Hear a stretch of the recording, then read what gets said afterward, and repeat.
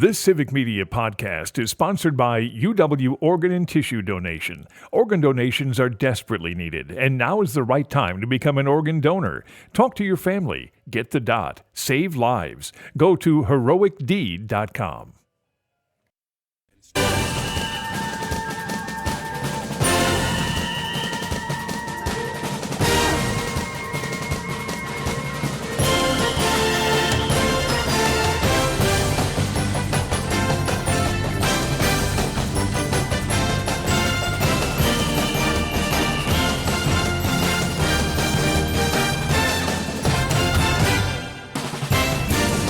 And good evening and welcome to another edition of the Big High School Sports Show presented by K5 Construction on 98.9 WXCO, online at WXCO.FM, mobile devices and Alexa by searching WXCO and on the Civic Media app.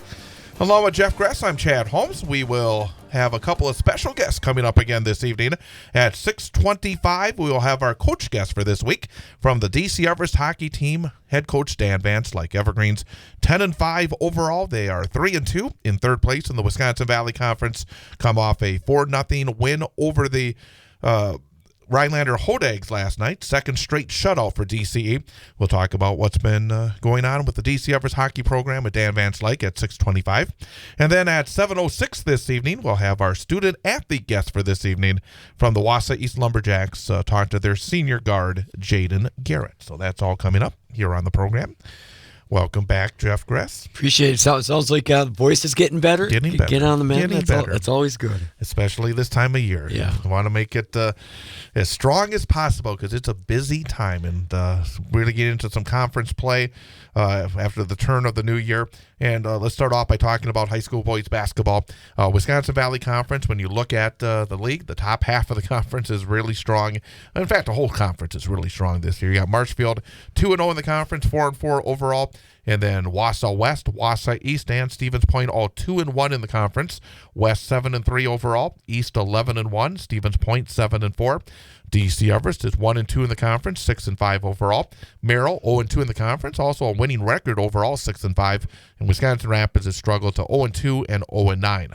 And taking a look at what's been going on, first start off with East, as we'll have a Wausau East Lumberjack coming up a little bit later in the program.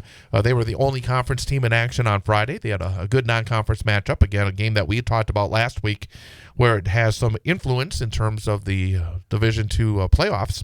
And Wausau East beat Rhinelander at home, 83-58. It was tight at the half, 37-33, but then a 46-25 outburst for East in the second half. Jesse Napgezik still averaging upwards of more than 25 points per game at 27 on Friday. Jaden Garrett had 16, Charlie Cayley 13 for East.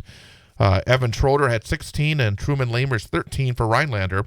And then last night, Lumberjacks back in Wisconsin Valley Conference play beat Rapids 55-39. Napgezik, one of his lower scoring totals, only 20 last night.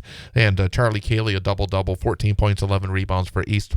I know you saw some of the game against Rhinelander, and again, that was a challenge against a team that's atop the Great Northern Conference right now. But East, we expected to be good this year, but 11-1 is really, really impressive. Yeah, it's an outstanding record. And what I liked when I watched the game was I just thought they, even though it was a little tight at halftime, they're able to spread the court on you. They just can take you so many different ways. Off the drive, from the outside, then they'll make a quick cut and hit somebody. And we know what, their offensive weapons and those guys that have logged a lot of varsity minutes already. But you just saw it. The levee broke. Rhinelander got Rhinelander's a good team in the GNC and they're well coached, and they just kind of ran out of juice. They weren't getting the good looks that they got in the first half due to East defense. They were getting stretched across the court a little bit, and East could make it hurt if they couldn't hit that first shot or if they couldn't get a clean look at the basket. And all of a sudden, like we talked off air a little bit, they just able to take control of the game. And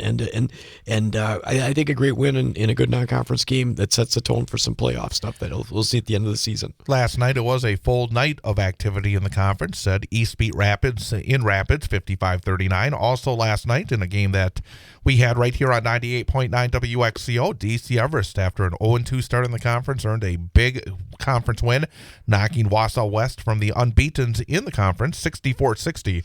Kate Felch had a monster first half in that game for DCE. He had 29 points total, but 26 of which came in the first half. He was red hot. Xavier Edwards had 13, Vander Truax 10 for Everest, Griffin Lang 16, Karji Cooper 14, Brady Phelps 11 for the Warriors. Talking to Coach Nate Lemons after the game, it was a game where Wausau West, everything was hard. It was like one of those nights where things were hard. And DC Everest came out. They hit a lot of shots with Felch in order to establish themselves early, take an 11-point lead into the locker room. Wausau West made a little bit of a mini run, got as close as 5, and then, of course, it was a 4-point final, but there was a 3-pointer at the buzzer that made it a 4-point game. But for DC Everest, after losing to to Stevens Point and to Marshfield in the conference, that is a major win. As, again, Cohen Preby out. Hopefully he'll be back either by the end of this month or maybe early next month after suffering a broken foot. But without him, to win at West, I thought was a very impressive W.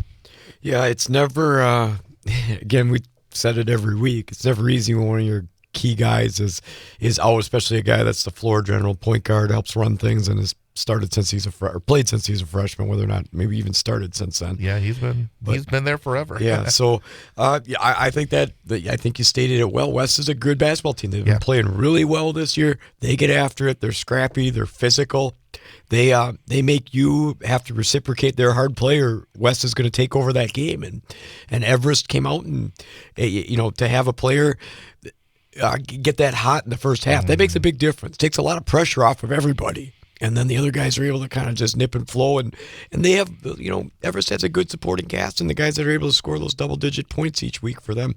And so to go do it on the road, to know that, your only 2 losses are 2 of the top teams that are up in the upper tier of that conference with Spash and Marshfield, that they're up there fighting as some of those other teams in the Valley are also. But to know that those are 2 losses from teams that have some higher amount of wins in there, I think Everest is sitting in a good fighting spot to keep active, keep waiting for all our players to get healthy and back, and I think that's what you're going to see out of that. We had Coach Drake, and that's what he talked about.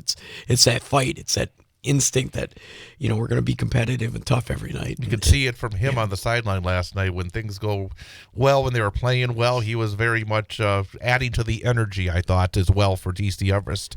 And for West, nothing. I think they have a great schedule coming up to just get right back on the horse and go. I mean, nothing's going to be. This Valley is loaded this year. We talk about it with these teams up top and the fights that they have in them on any given night. And I think Everest, West is sitting in a spot. You got to turn around, go over to East, another great game. They got to go over to Marshfield, so you got to do some things on the road. But I really think that you're going to see them hanging around and everything too, the way they play.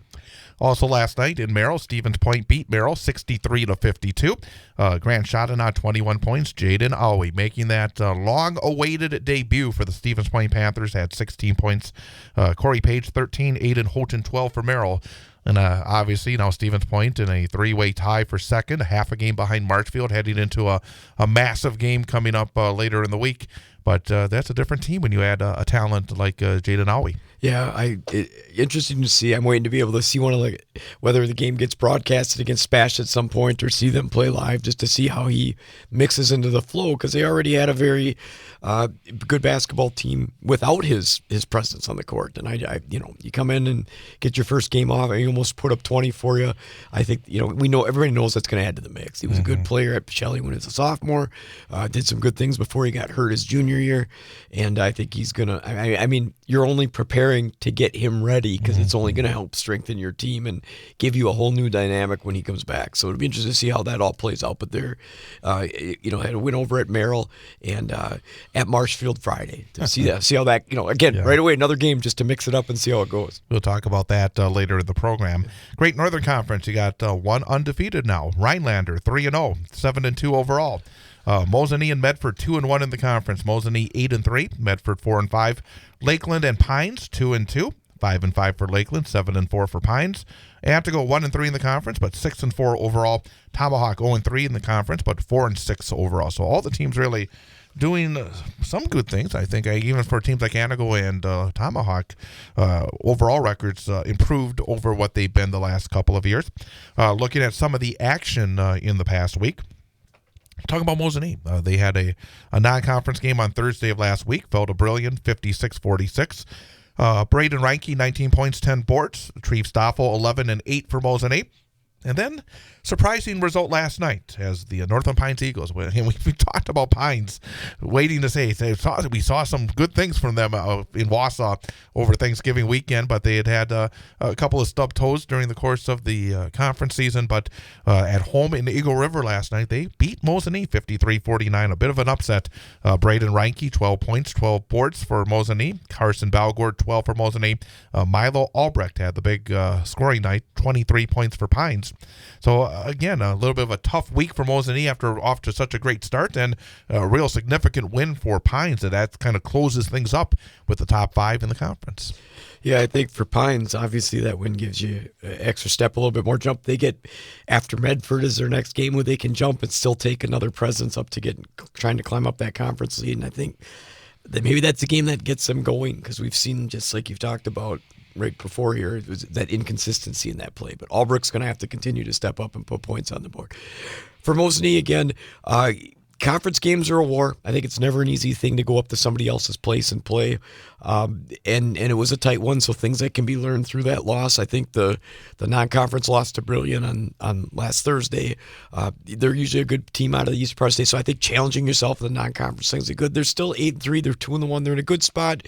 You take the losses and you move on and learn from them to figure out what you didn't do in those games to have the success you want. They're going to, obviously, if you look at their scheduling, which we'll talk about later, bounce back in some of those games that they have coming up. But I think tough one you don't want to lose, but nonetheless something you can learn from and figure out to go forward and get that next game that you need to get. We touched on the Rhinelander loss to Wausau East earlier. Anything else in terms of some of the other teams that have been playing over the last number of days? I thought it was a good week for Lakeland, a couple of wins.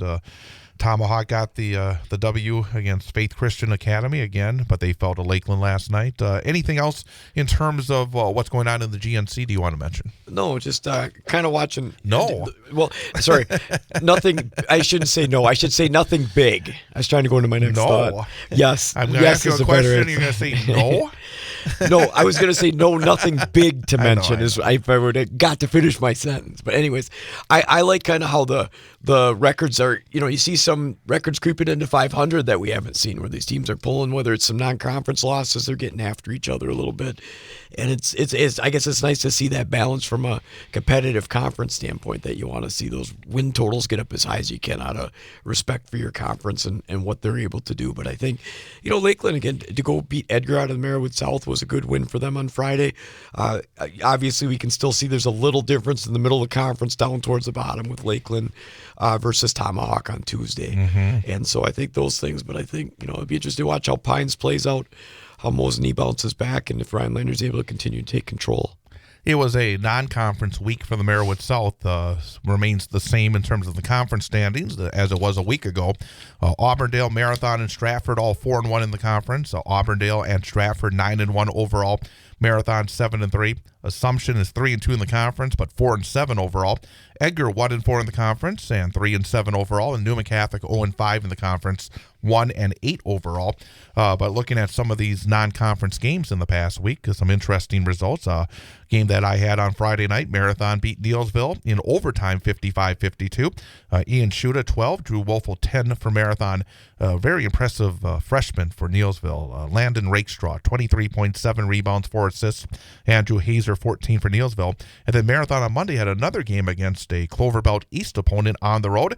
They trailed by 1 at Colby at halftime, but then beat Colby 75-62. Double-double for True Thurs, 16 and 10. Drew Wolfel and Ian Schuta 13. Sawyer Barons 12 for a balanced Marathon attack. So Marathon, winners of 6 games in a row now. They are growing in terms of what they're doing, aren't they? Well, and I saw the end of your the end of the broadcast with the Neillsville game, and it was an exciting. I appreciate that. Yeah, it was exciting though to hear how it went down, what they were able to do. Because there's a couple shots and things that they missed early on that at the overtime loss, or at the overtime at the moment before overtime, where they could have won it. And it was a good set. Yeah, it was good looks from what I could tell off the radio broadcast, and what I liked about that is that resiliency to finish the game out, to come back, to hit the big shot at the end, and I think 6 in a row you can definitely say you're growing, and you're jumping around from the Merriwood South out to some other teams that you play on a regular basis in Neilsville and Colby, and to be down by 1 at half and pop back, that's a big deal. Those little steps to grow as a team are a big deal, whether it's an overtime win with a tough game or to come back down at half. I think those moments, if you can take to your players and prove that here's why we're doing the things, because it's helping us get better, and you can see those self-improvements is a neat thing. What else jumps out? Looks like both Auburndale and Stratford took care of business rather easily in their non-conference games. Assumption continues to be impressive with JT Schlafer, but they lost to Pacelli, but then bounced back against Rosschult. Anything else jumping out in terms of the Merriwood South? That conference is just it's consistency. I mean, you can't fall asleep on any given night, and these teams are taking care of the non-conference business, as you can see in the scores. Auburndale and Stratford controlled what they had to do against Necedah and Stanley Boyd. Assumption, I'm still kind of. Again, it's one of those teams waiting to see exactly what you are about, because sometimes it looks like you play so well in spurts and stretches, and then there's inconsistencies in records and how teams we lose to or teams we beat. So I'm curious to see. They have to, I think, with some of those crossover games, they're going to have to go into one of the tougher places in the North and play, and I'm curious to see how they do on Friday. Merriwood North, you got Phillips and Rib Lake at 4-1, leading the way in the conference. 6-2 for Phillips, 5-3 for Rib Lake overall. Prentice a game back at 3-2, 6-2 overall, and then Abbotsford, Athens, and Shawamigan all 1-4 in the conference. Phillips looking pretty good in terms of a big win against Abbotsford. Again, a team that I think you've seen before when they played here in Wausau against Newman. Phillips beat Abbotsford 73-59 on Thursday of last week. And then big game Monday with Prentice beating Rib Lake. That was a significant win for Prentice in that little gym, 44-41.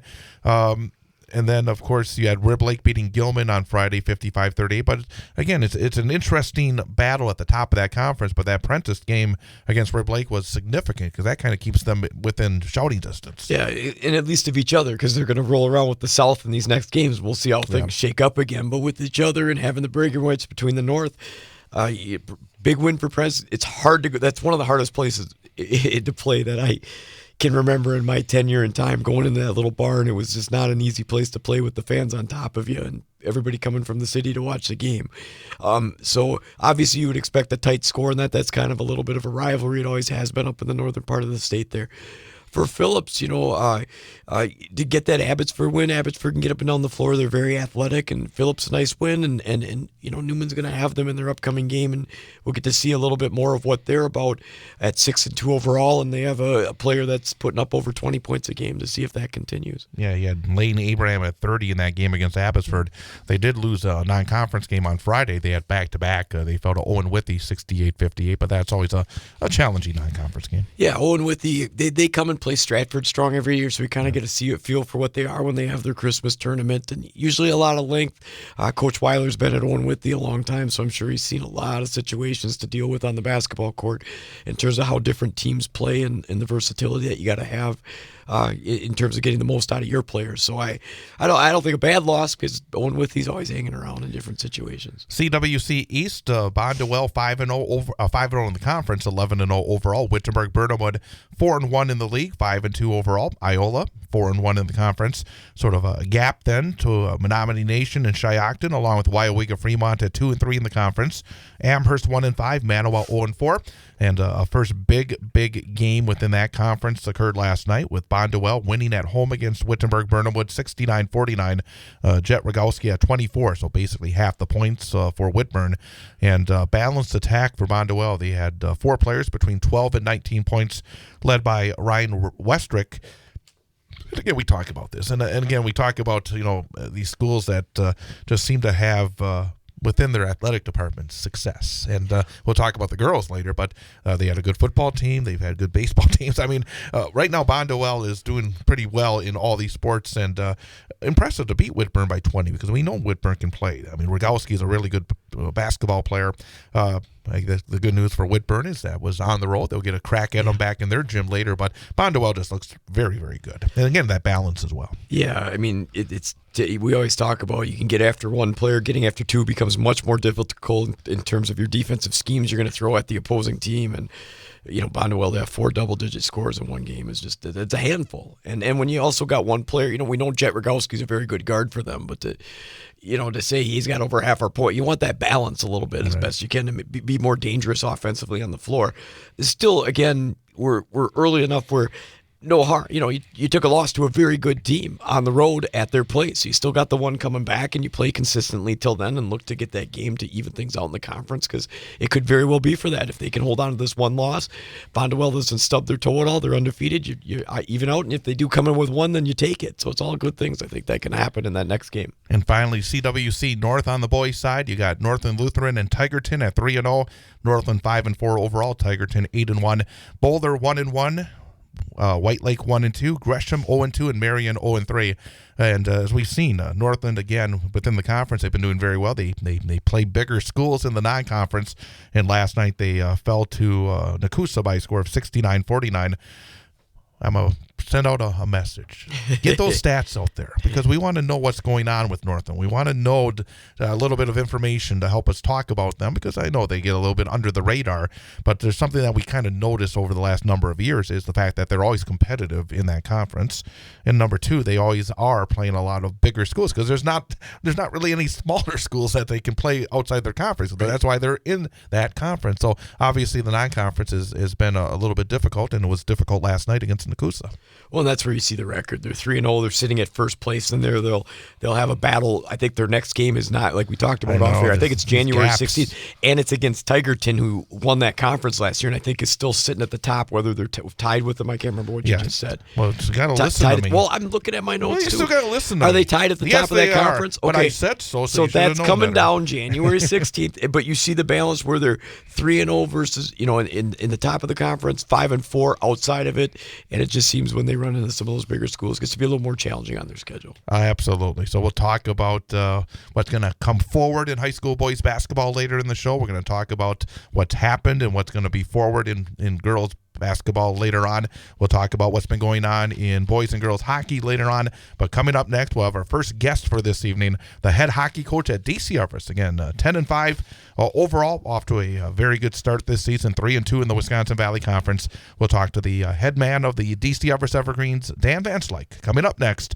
The Big High School Sports Show presented by K5 Construction. K5 Construction is a family-owned and operated custom builder in central Wisconsin that stands out from the rest for its commitment to quality and excellence.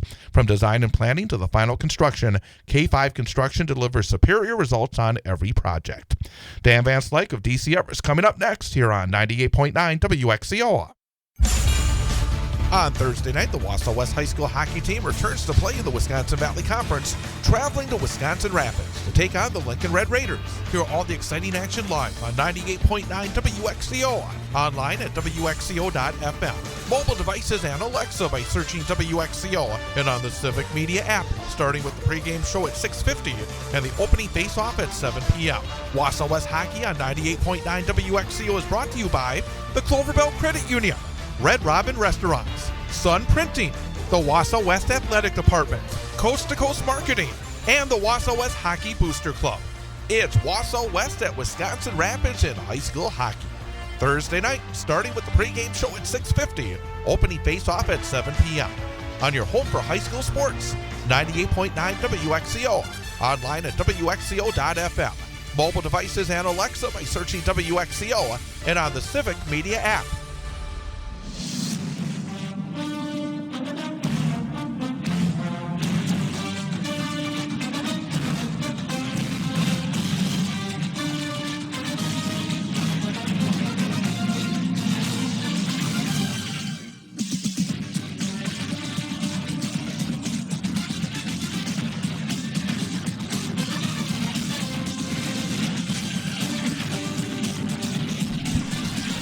And welcome back.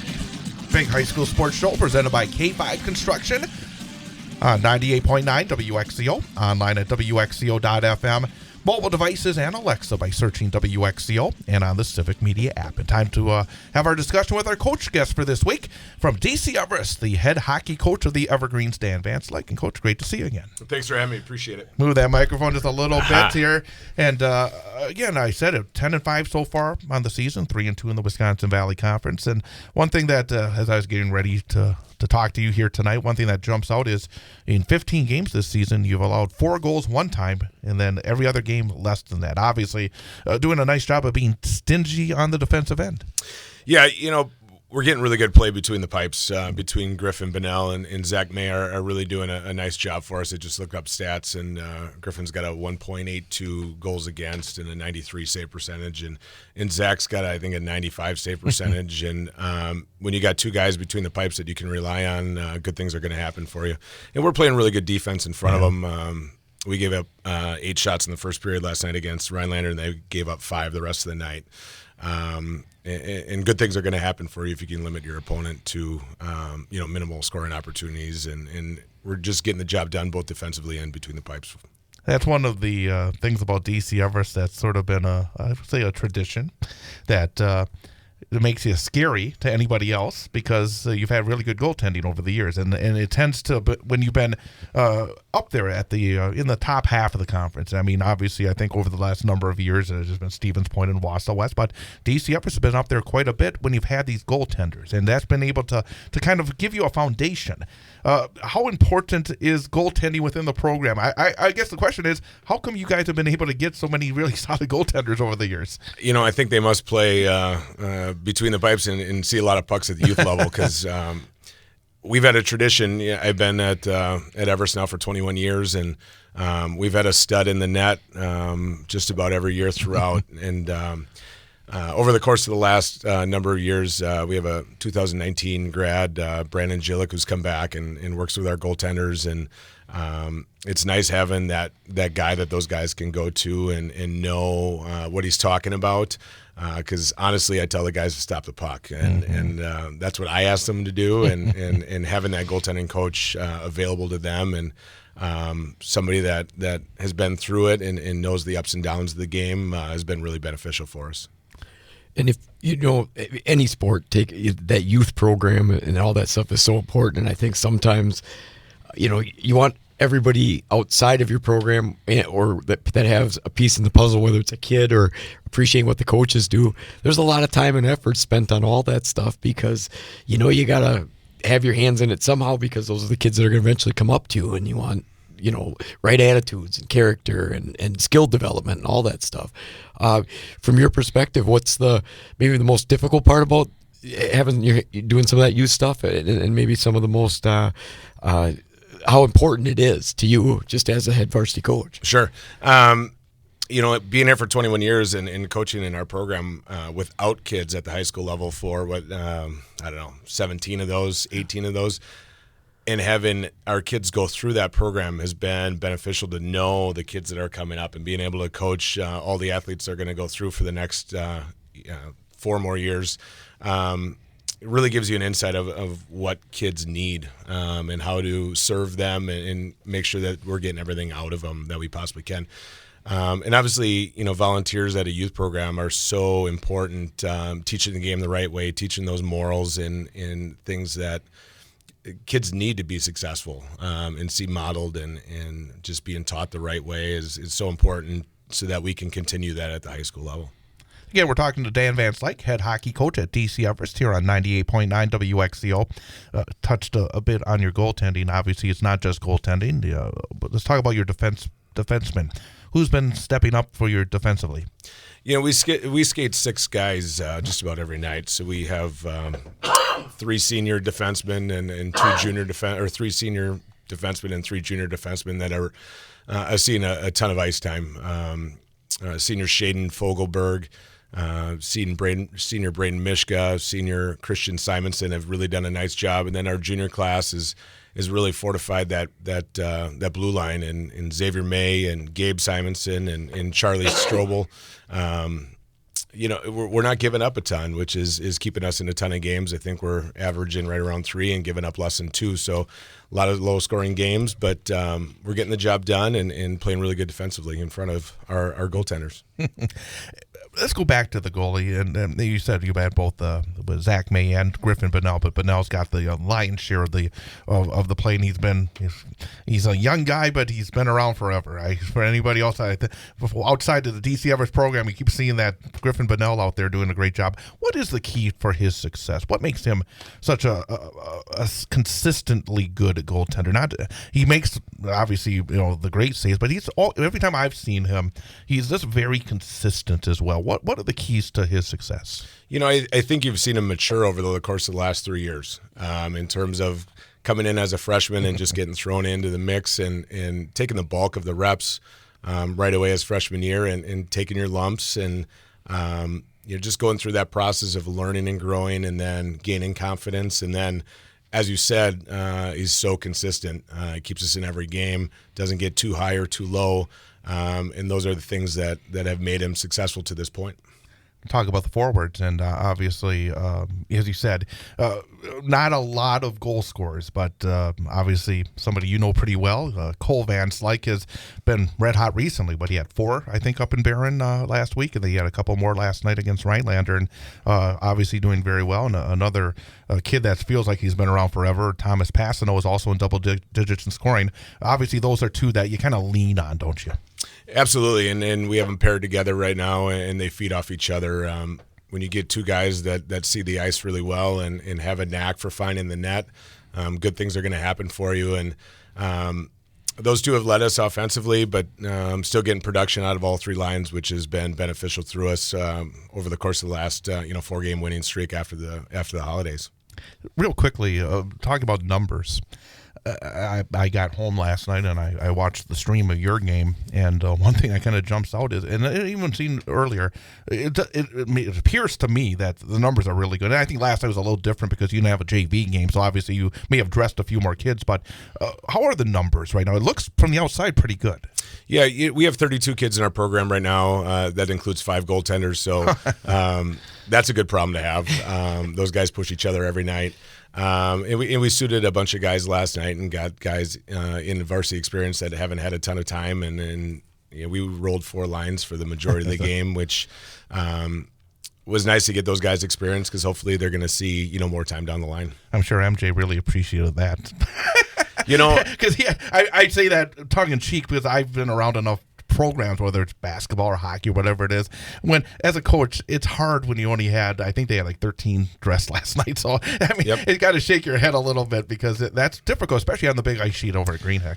Yeah, and I think you saw that they played really well against us in the first period and stayed with that game through the end of the first, and then I think the ice sheet got big for them, and the ice kind of tilted in our favor in the second and third period. And we took advantage of it, and then a bigger bench obviously helps, and those guys get more rest time than on a normal basis, which proved beneficial for us last night.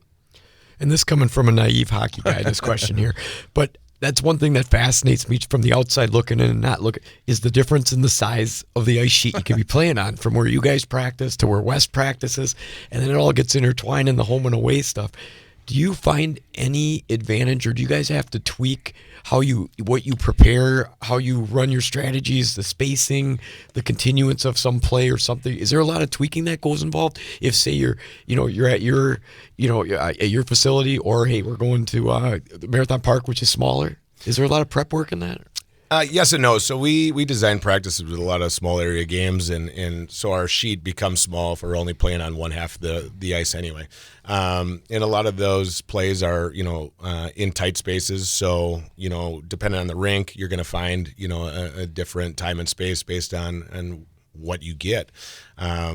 We joke all the time with BJ about switching rinks all the time because I think we're better at Marathon Park than we are at our home rink sometimes. So. Yeah, it's different, every night, and you go up to Eagle River and then it's tiny. Sometimes beneficial, and especially when you have a lineup that allows you to play more guys and kind of wear other teams down. And then on a smaller ice sheet, we're able to get on teams that have a lot of skill a lot quicker as well. Some of the guys you were talking about, and I've said it again, I don't see your team as often as some others, obviously, but I see a lot of the names for a number of years, and it goes back to a few years, and I want to ask you about the process, maybe the last 3 years or so, because you had a number of young guys who got great opportunities as freshmen and then as sophomores, and they're growing as now some are seniors, some are juniors. The growing process, how has that been? Because it looks like it has built nicely. I think a couple of years ago, it was a bit of a struggle. I mean, you were giving guys some opportunities, but it was a bit more of a struggle. Last year, I think you took steps forward. You had the big playoff win over in Eau Claire. I think that was probably something that you could build on. And now this season, being 10-5 and being right there, I mean, giving up 3 to Stevens Point, nobody else has really done that up to this point. Obviously, something that's very good.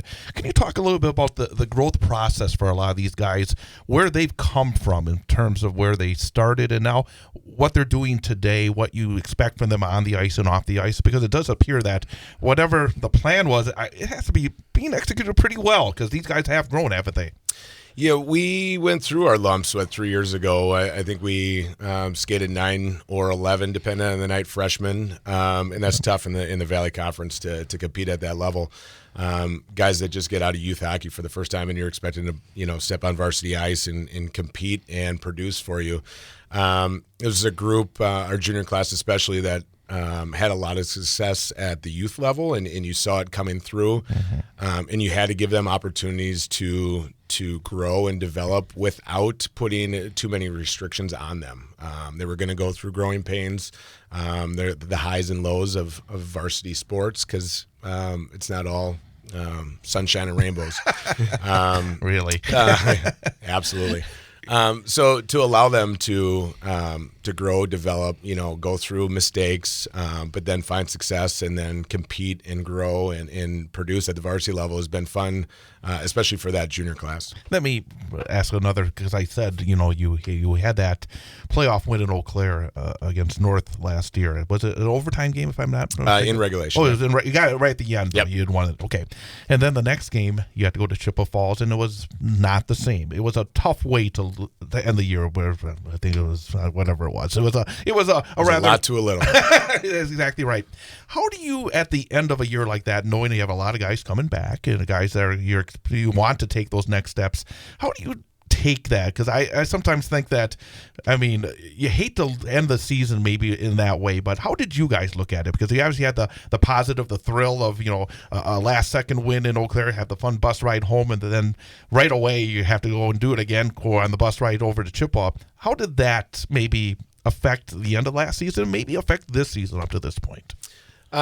So we graduated 3 guys last year, 3 of our leaders from a year ago, and that group that we had coming back is something that is still intact. So we didn't graduate a ton of production, and so looking at that game, it was tough to swallow, but keeping it in perspective, knowing that this group is going to stay together. Again, the highs and the lows of high school sports, try not to let them get too low.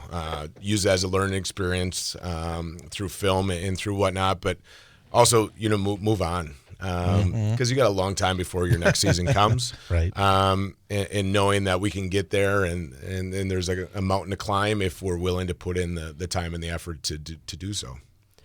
And how about Chad was telling me off air the grade levels of your sons, and I'm only in the middle school basketball realm right now with my kids, but when you're built from the same tree, it's sometimes there's moments where you can argue about certain things. You get along really well, and I wouldn't trade any of it for the world when we're butting heads and getting to do that.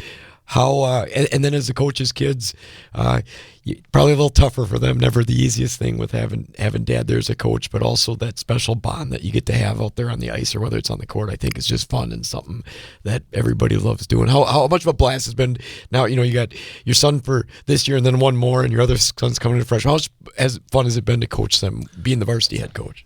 At times it's really surreal, right? You spend so much time without your own kids in the high school program, and then having the opportunity to work with them and see them grow, and see how far they can take their game has been really a joy. And I say this all the time.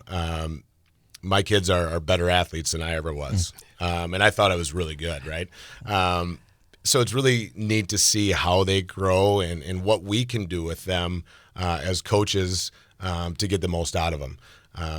It's been a joy to see them do their thing and their interactions with others and their friendships outside of just on the ice, but in the locker room and everywhere else. It's really fun. I try to not bring it home and try to keep it at the rink as much as possible, but there's sometimes I got to ask questions and just to see what's really going on in the locker room or outside of, just on the ice, whether it be the classroom, whether, things outside of my control, just to get his insight. And it's been really fun, and I cherish those moments. Let's talk about the conference, because obviously you got the number 1 ranked team in the state right now who's been very impressive, and at Stevens Point, I think they're 13-0 now and have been pretty dominant recently. I think Wausau West is looking pretty good. I've had a chance to see them quite a bit, obviously, and I think they're a better team than they've been the last couple of years. I think your team's made some strides. Heck, I think EMU's made some strides. I mean, they had a nice win last night on the road, and then you're always going to get a tough game with Coach McDonald and Wisconsin Rapids, and Marshfield's just always a tough place to go to. As you look at the conference right now, obviously it looks like a pretty solid conference this year. Would you agree with that? Absolutely. We start our second half tomorrow night against East Merrill at Marathon Park, and getting back into the Valley will be interesting, right? Because each game's a battle for us. When we're not scoring a ton and trying not to give up much, each game has been close for us. I think it is really a balanced conference this year. I don't see anything, out of the normal couple teams at the top, but the bottom of the conference is so much better than it had been over the course of my 20-plus year career. And, no night is a gimme. And so that makes, our conference fun and enjoyable, and knowing that you got to show up every night if you want to be successful.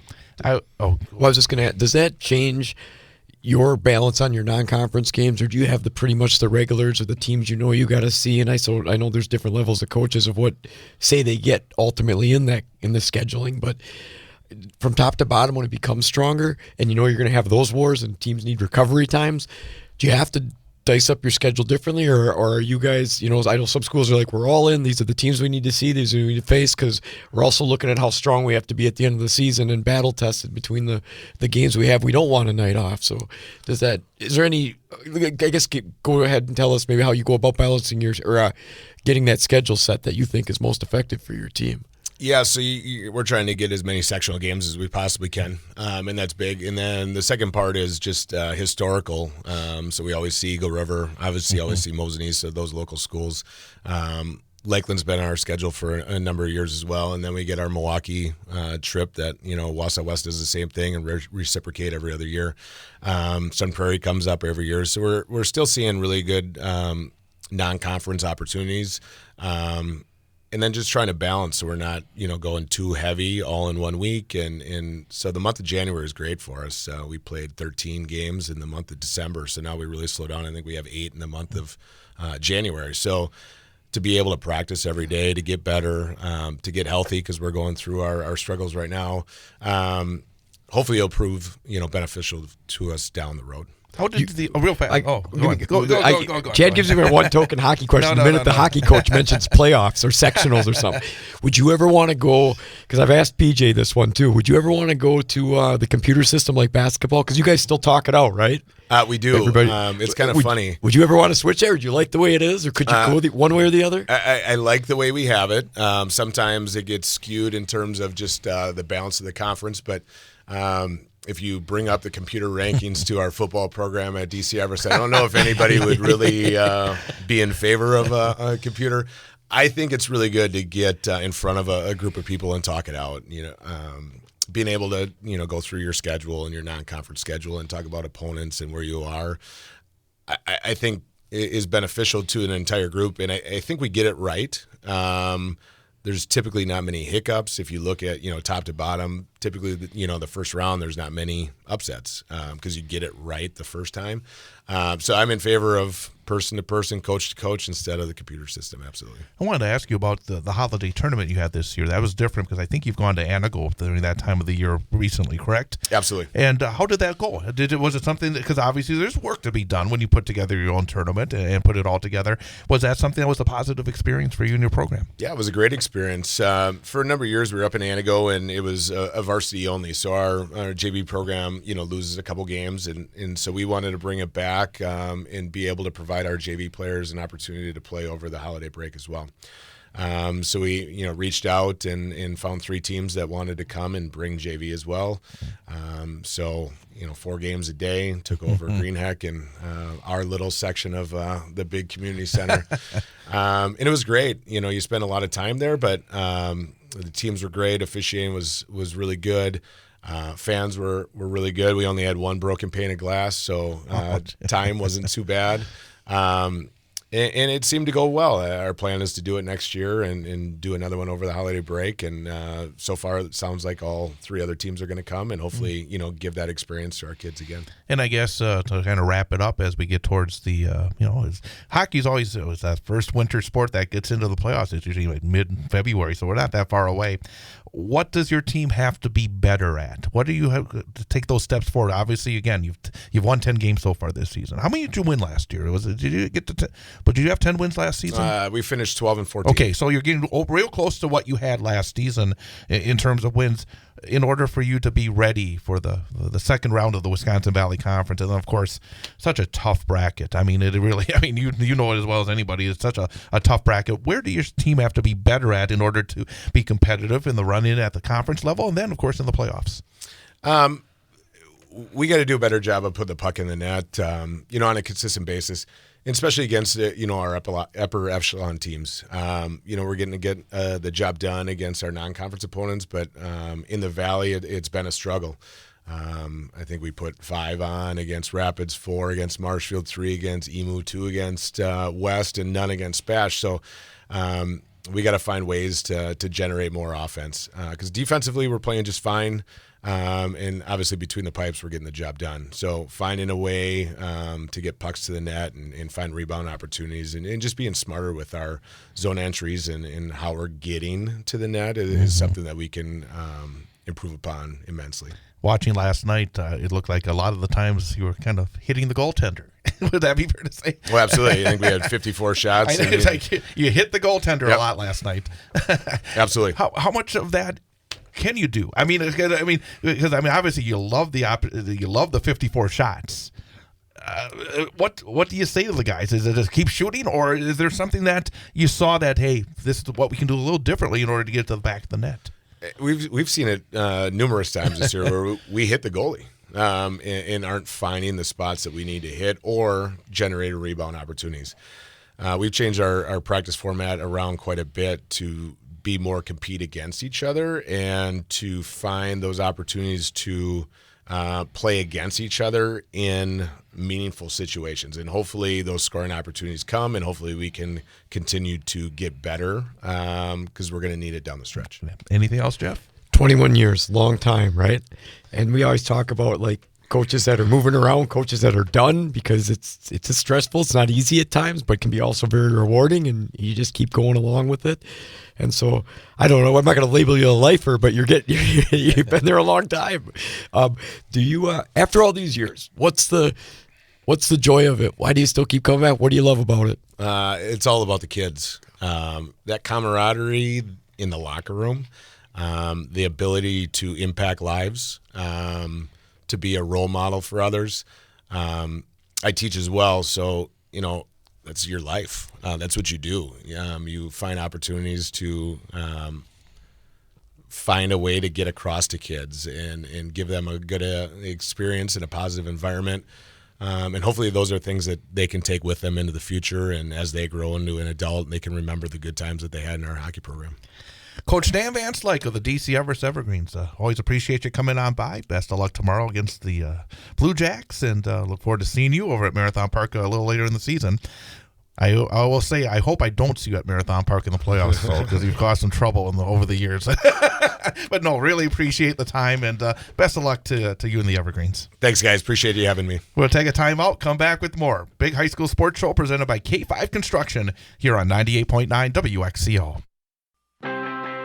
We are the NFHS. That stands for the National Federation of State High School Associations. But really, what we stand for, together with the WIAA, are the 178,000 high school sports students in Wisconsin. And so we stand. We stand for the runners, soccer and basketball players. We stand for their coaches, administrators, and officials. We stand for the swimmers, football players, and wrestlers. We stand for the golfers, softball, and volleyball players. We stand as the national leader and advocate for high school athletics and all who participate in them and make them possible. Because it is our purpose to ensure that high school students get to play, perform, and compete together. To learn more about who we are and what we stand for, visit nfhs.org.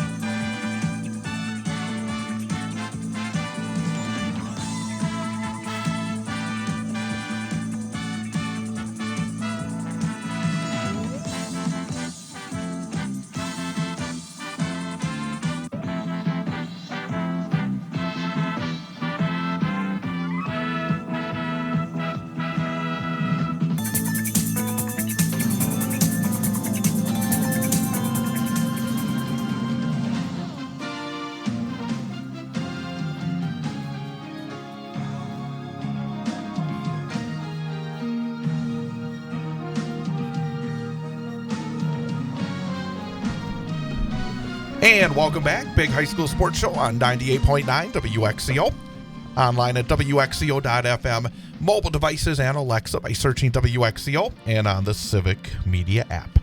Along with Jeff Gress, I'm Chad Holmes, and we don't have that much time here, so I guess we can, before we go back into our recaps on the girls' basketball and hockey and look ahead as well, anything on your mind here for the last few minutes? Because I don't think we should start up a whole new segment here at this point with only about 2.5 minutes to go before the break. But anything jump out maybe in the conversation we just had, or anything that you've been seeing in the last week or so that's jumped out? First off, for Coach fans, I hope our listeners always appreciate the coach player guests. I think that's the biggest thing is when they come in and paint that picture of their program, and he did an outstanding job, why they do this, what's going on, what the thought process is. You're scanning and organizing your team. You're making player connections. I think all that stuff is such a big deal in terms of the philosophies that lead to try to make the high school careers of these kids something special that ultimately leads to something that it becomes part of their life in the future, that makes them a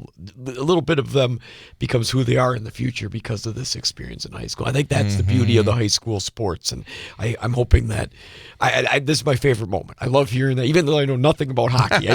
I can get a piece of the puzzle of what the coaches and players are thinking, and I just hope I think that's always appreciated. And that's always what I hear from people that I talk to, and the people that do it for such a long time. I mean, there is something special about that, isn't there? Yeah, it's not. I mean, it's not easy. Things come up in your life that allow you circumstances that change things, and you're not able to do the same things, and give that, just the time that coaches have to give, and to be able to get up and do it over and over and over with that same energy, enthusiasm that's going to make that program be successful. I give a lot of credit to people that, when you say in 21 years, that number resonates, because that's impressive, I think. You're listening to Civic Media. You can tune into any of our live shows on any radio station across the state with the Civic Media app. Find us in your phone's app store and listen anytime, anywhere.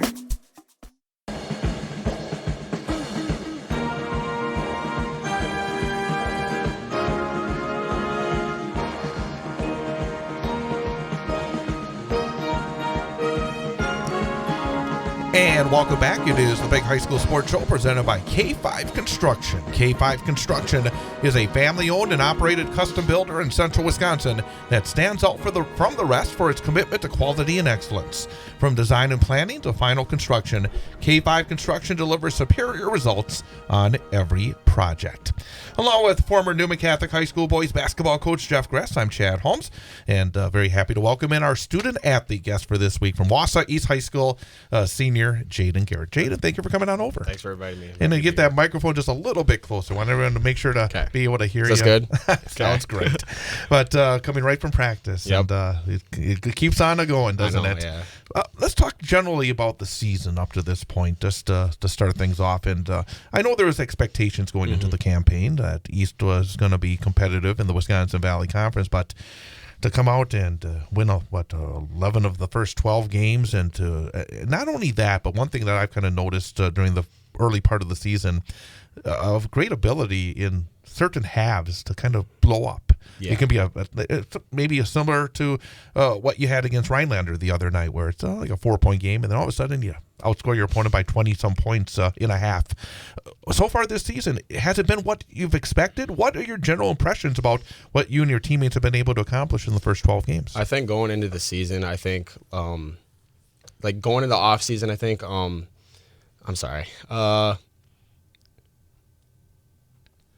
Going into the season, I think a lot of people talked about it. I think, people always, I can't wait for the season to start. I think we just had high expectations going in right away, and I think we kind of made those things happen immediately. I think we kind of set the tone early, just with practice and stuff, and like being loud and having great communication and stuff like that, and just we really kind of worked on defense a lot, because I think that was one of our struggles last year. Just kind of straight defense and just kind of man-to-man pressure and stuff like that, being in the help defense a lot. And I think just kind of fixing those things from last year, I think was really what carried over. Real quick, before Jeff jumps in, we bring it up defense. Are you and your teammates getting a little tired of hearing about maybe East doesn't play a lot of defense? I know, yeah, we hear it a lot from just kind of different social media and stuff like that. So I think we really kind of put our foot down on it early. And your journey, you've logged a lot of minutes. You've been around basketball forever with all your dad's coaching and AAU, the youth level, into the high school realm, all that stuff. So, and you're the point guard, the floor general, another on an assistant on the court. That's just valuable, I think, for a team to have that structure and that foundation. So you get a lot of, I'm sure, extra analyzation and discussions with the coaches because they live in your house, things like that. When for your team right now, you've seen a lot of games. You're 11-1. You guys are doing outstanding. You're sitting in a great spot in the conference. Good games coming up.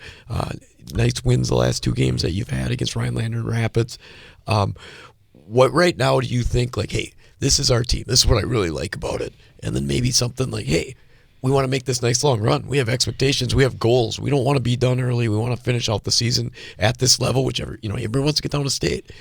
What do you think your team also, so one thing you're doing really well on right now, and one thing hey, we got to tighten this up. We got to fix this a little bit. I think one thing we're doing well right now is just kind of getting turnovers and kind of finishing in transition a lot. I think Jesse Nepkazik, Charlie Cayley, I can name every guy on the team, We kind of do a good job on defense, just kind of getting turnovers, and when we get turnovers, we get a lot of points. You know what I mean? That's kind of why we score in the 80s most games.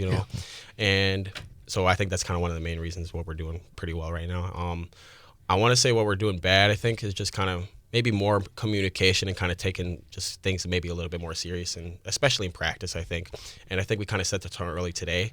Because we were lifting early, like 4:45, I think. So practice starts at 5:30, I think. Yeah. So we were lifting at 4:45, and just kind of hard grit. Kind of got to get it out of there real quick, and then we just stretch, and then right back onto the floor. You kind of immediately just straight defense. You know what I mean? So we just kind of work on it. We just kind of work on making things kind of more serious, I think. Gotcha. Your process or progress as a high school basketball player, you've had the opportunity to be a varsity player for 4 years, and that's a great opportunity. How have you changed as a player over these years? What are the areas that you know your game as probably as well as anybody else? What are the areas that you've made the biggest change in, made the biggest improvement in? I think my voice, I think, at the end. I think my freshman year, like going into my freshman year, like I never really like learned what struggle felt like, I think, in a sense. So like my freshman year, like it was just straight struggle. Like I turned the ball over, like I was scared to shoot the ball when I was wide open, I think. And like my sophomore year, I kind of progressed a little bit, but not where like I really wanted to, you know. In my junior year, I got a little bit better, I think. So it's just kind of progressing, I think, with my voice and just kind of being kind of that leader on the floor as well as that coach, you know. Well, and in that leadership role, I was going to ask that because I've watched games here, whether I've been in the gym at times or I watched the Rhinelander East one the other night, and being a leader is never an easy thing, especially when you got some buddies on your team that you guys have been around a long time. Because even it's hard sometimes because as much as you're friends, as much as you guys see eye to eye, you can see differently at that moment. What do you take as your role as a leader? How important is it? How vocal do you need to be? Or is there some moments where, I got to take the reins on this. I'm the point guard. I know what we got to run. I got to settle the guys down. Is it a roller coaster a little bit? Is it all over the place a little bit? You got to jump to different situations. How would you describe it as a leader? I mean, it's hard at times, I think. Just kind of finding that happy medium, just to where like, oh, like, what are you doing? And then just kind of, hey guys, we got to be like relax a little bit. I think talking to the underclassmen a lot more now. I think like because so we do like a two ball handling drill or whatever, and I do it with a junior, and I just kind of coach him up and hey, you're good, you can do this, you know what I mean, and just kind of being that kind of voice. I think just kind of doing that with the juniors, I think, and a little bit of the sophomores because we have some sophomores on the team too. So it's just kind of doing that with the underclassmen, I think, is what really is going to set up, and I just kind of build that culture, I think. Again, we're talking to Jaden Garrett, senior from Wausau East High School, our student-athlete guest this week on the Big High School Sports Show presented by K5 Construction on 98.9 WXCO. I want to kind of touch on the football aspect because obviously it was such a big year this year for Wausau East to get back to the playoffs, to be able to do something really special. Obviously, it seems as though your basketball that's always been the number one sport for you, but what has football brought to you over the years at Wausau East? Because I imagine that building process has to have been special as well. Mm-hmm. I think going into the season, I think people expected us to win 2 games, I think. And I love football so much. Like, as much as I love basketball, like, I love football so much. And, like, I miss it a lot, I think. So, like, 2-7, that's probably what people were thinking we were going to do, I think. And those first 3 games were, like, kind of hard games, I think. And we got it done. We were 2-1, I think. And I think I could name the Mosinee game. That was a pretty hard one, I think.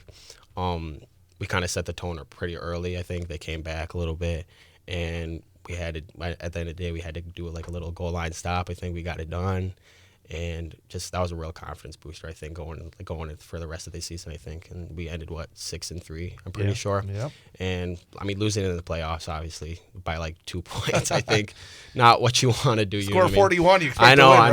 Yeah, we probably could have started out a little bit better. We probably could have started out a little bit better, I think. But I mean, I can't dwell on it now, you know what I mean? Now that's all over. But I don't know. I love football so much. I think it pretty much kind of carried over to the basketball season. I wanted to ask you that because does success in one sport carry over, or is it a new? Definitely. But, so it does. Yes. Are the connections different in different sports? I mean, because obviously you have your friends that you play ball with during the winter. You have in the fall. Are the connections in any way different, or is it similar in terms of the chemistry of a team? Maybe a little bit. I think it's kind of interesting to see people in different elements and just kind of seeing how they deal with like different types of adversity, I think. So I think it's different with 2 sports, you know what I mean? But I think just kind of building that team chemistry early, I think, in the season with football, and then it carries over to basketball because a lot of the guys play football and basketball too. So I think it's that good kind of chemistry that in between.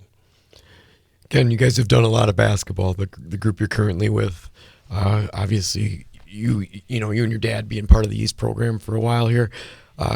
Goals. pretty simple, I think, what you probably want to establish. I mean, you've seen it build where early on when you guys had a lot of youth at East in the East Basketball varsity program, you're just trying to get games, trying to learn, trying to build that confidence, like you said. Then, you get a taste last year of where you want to be and where you want to get more of. And now I'm sure it's even more this year. What are some, what's the mindset of this team and what do you want to accomplish when it's all said and done this year? We're trying to go all the way. We're trying to go to state, I think, and just kind of game experience is kind of what's really helping right now.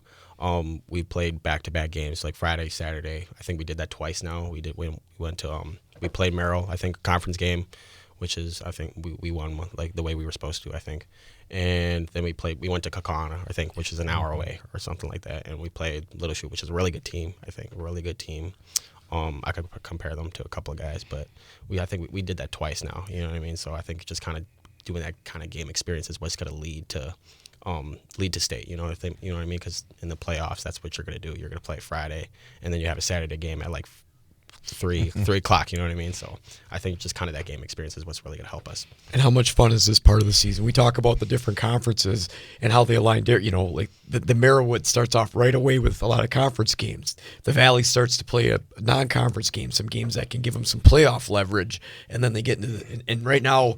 Once Christmas break is over, the thick of that conference season just seems to start coming about. It comes all the way. So, how much fun is that? Because Chad and I talk on air, off there, that this is one of the stronger Valley boys, top to bottom, you've seen. There's no night off. Teams are coming at each other, and you're trying to fight to stay at the top, get to the top, but you can't sleep and fall and not come and do your job any given night because you're not going to be up there if you don't have that consistency.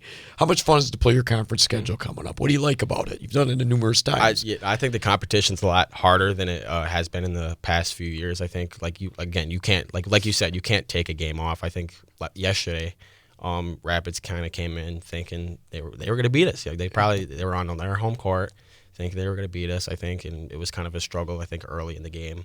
And we kind of put it away again in the second half. This conference is great. This conference has a lot of really good players. I can name a lot of good players on this team. I think this is really really good conference.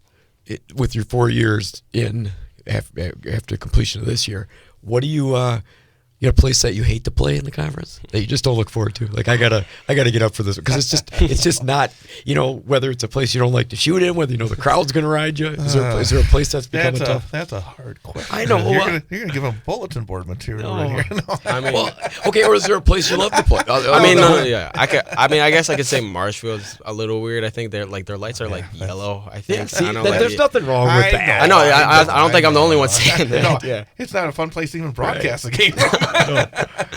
Yeah, I think Marshfield's a little weird. Merrill sometimes too, because they have their student section. I think West, Everest is a little. I don't know. I could really name like a little weird thing about everybody. But I think. And along those lines, do you have a favorite team that you and the team get up for? Because it's just like we see these guys here, we do this, we know these guys this was. I'm assuming I got an idea what you might say, but do you have a favorite rivalry over the years that you've just formed? Because maybe they play the kids in the AU, maybe you've seen them in other tournaments all the time, every summer for the last 4 years. I mean, I can't not say Wausau West. I think I played with Griffin Lang, Bennett Matson. I think I played with them in AAU. I heard their broadcast on here too, so they probably want to beat us on Friday. You know what I mean? So I think that's a good rivalry there too. We beat them twice. We beat them twice. We beat them twice last year. So I was about to say they're probably not forgetting it, and they're probably gonna want to beat us. Well, the thing about that game coming up on Friday is that. I've been around this a long time. I can't remember where both East and West are off to such good starts this season. Yeah. Obviously, last night was a little disappointment for the Warriors, but at the same time, they're still playing great basketball, beating Stevens Point on the road already this year. As you look at Friday night's game, what is Coach saying? Yeah. What are you guys talking about in terms of a game that really... Not only is it East-West, but it's also two really good basketball teams. Yeah, no, they're playing good. I mean, Wausau West that's a solid team. They're playing well these past couple of games, I think. So I think going into what we're trying to solidify is kind of just energy and like intensity, especially on the defensive end. there's gonna be a lot of screaming, I think there. So we're playing like band noise and stuff like that too, just to kind of set the mood a little bit. So I think we gotta have this kind of good 2 days of practice here, and then we'll see what happens on Friday.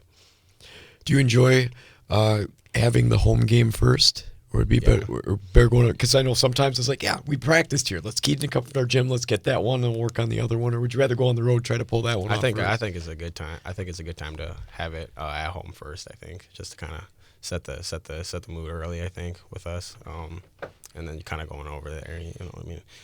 I think it's still like a home game. You know what I mean? Pretty much. Yeah, you're not going too far. You're going across the city. It's just across. You don't go on right the across bus the river. go to West, do you? No, we do not. No, we do not. You talk about, we talked off air a little bit about coming from practice right away. So it's in your mind. You talk, you've logged a lot of hours in working out and getting better at your game. And one of the things I hear a lot, which I think is a credit to the program and the time and effort they put in, is, people just be talking to me like, yeah, there's just a ton of East kids at the Y. There's a ton of East kids at the Y. And this is even sometimes when you need to get extra shots, or you come from a hard football practice and then you're going to get it. I think that's a big deal. I think that you're noticed that way because it says that really committed to that off-season workout time. How do you get, like, are you guys calling each other? You're showing up? I mean, it's just a lot of East kids. Why is that such a thing to be held the downtown Y practice? Yeah, I think after practice, I mean, everybody pretty much gets like a couple, like 50 extra shots in. I think everybody kind of stays after practice, kind of do their thing. We play 2-on-2, 5-on-5 sometimes, you know what I mean? And we'll open the gym on Sunday. I think we have great assistant coaches. Coach Kramer, I'm supposed to shout him out. You better listen. I'm supposed to shout out Coach Kramer. So there you go.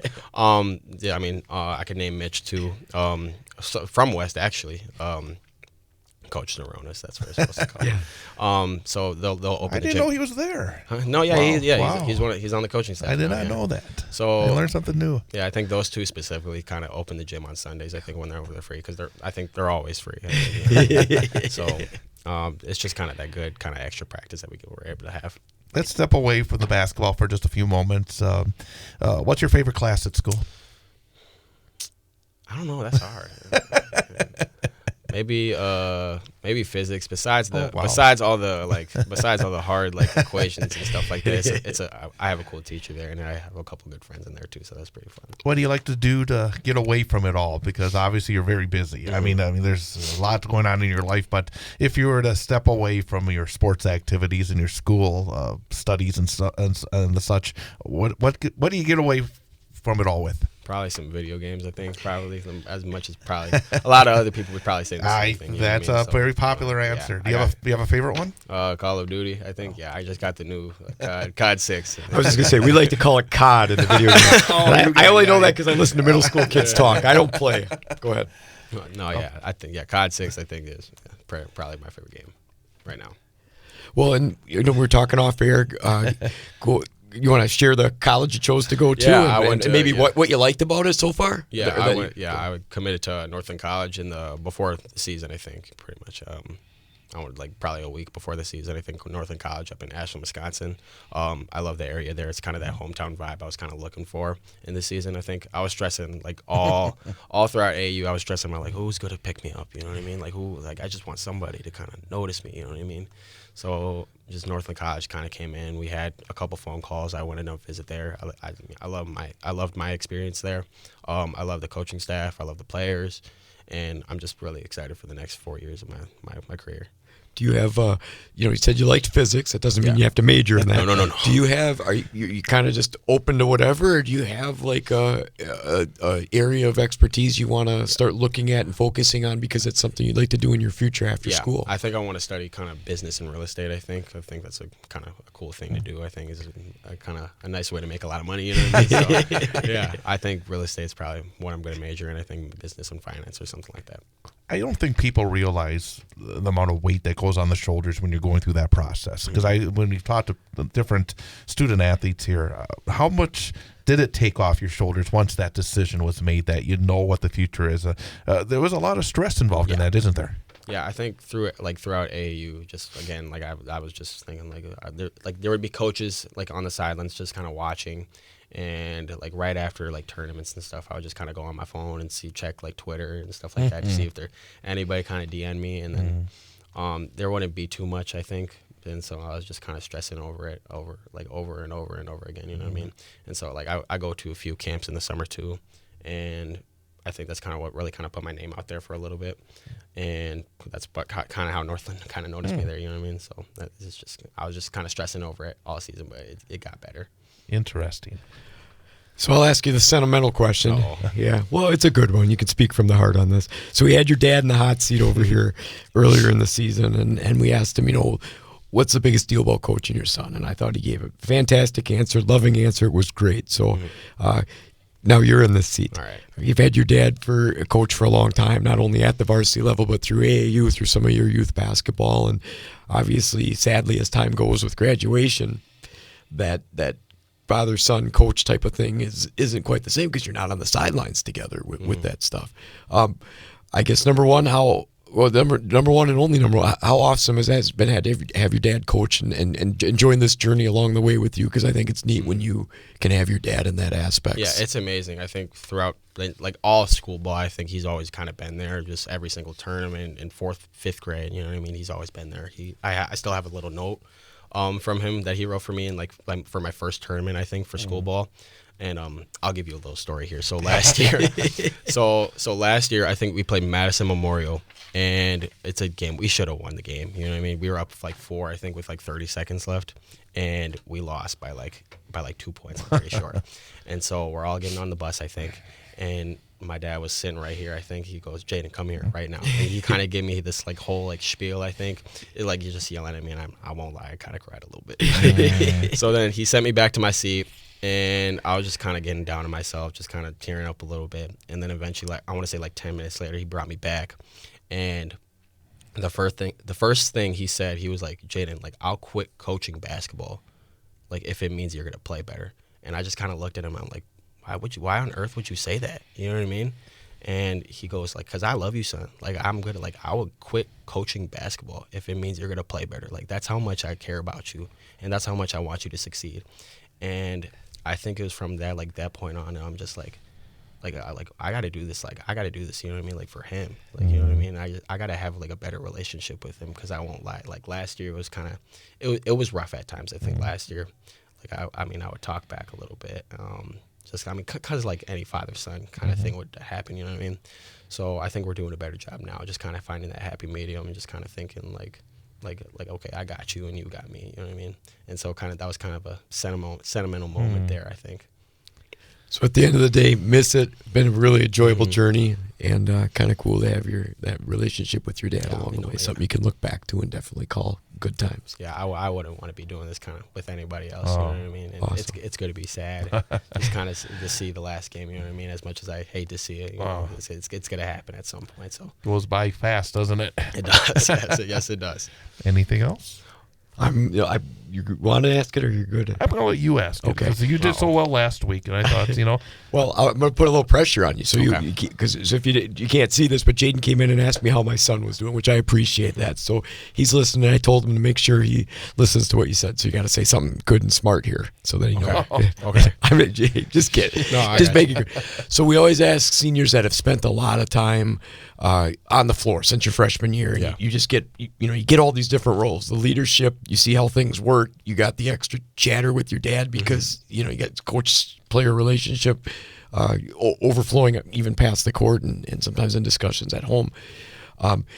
With anybody walking in the East program, new freshmen coming in, based on your time, what advice would you give them to make the most of those 4 years that they have such a short, it goes by so fast. Yeah. So what advice would you give them so that they can make the most of that if you want to take on that leadership role and talk to a freshman right now? I want to say just kind of enjoy the moment. I feel like times you can kind of get away and just kind of be like in the zone a little too much. And I think sometimes, like, especially now, I think sometimes I want to step back and just kind of enjoy the scenery and because there's a lot more people in our games now, and I just kind of sit back and kind of enjoy it, you know what I mean? We built this, you know what I mean? Me, my dad, and a couple, everybody else, you know what I mean? We built this kind of thing, you know what I mean? So just kind of enjoying the moment, and not just kind of being so serious all the time. I think I'm working on that right now too. but I think my freshman year, like just kind of just enjoying things a lot more is what I would really say to people. And what will you miss most about it when it's all said and done? Because this becomes a big part of you. Yeah. You've logged a long time. Yeah. What will you miss most? Probably my dad, honestly. So, like he's been there all year. You know what I mean? Like every season he's been there. You know what I mean? So it's gonna be different when I'm in college. Yeah, it's gonna be a lot different, but I think it's gonna be for the best. I think. Jaden Garrett, senior for Wausau East. Number one, congrats on all the success over the last 4 years.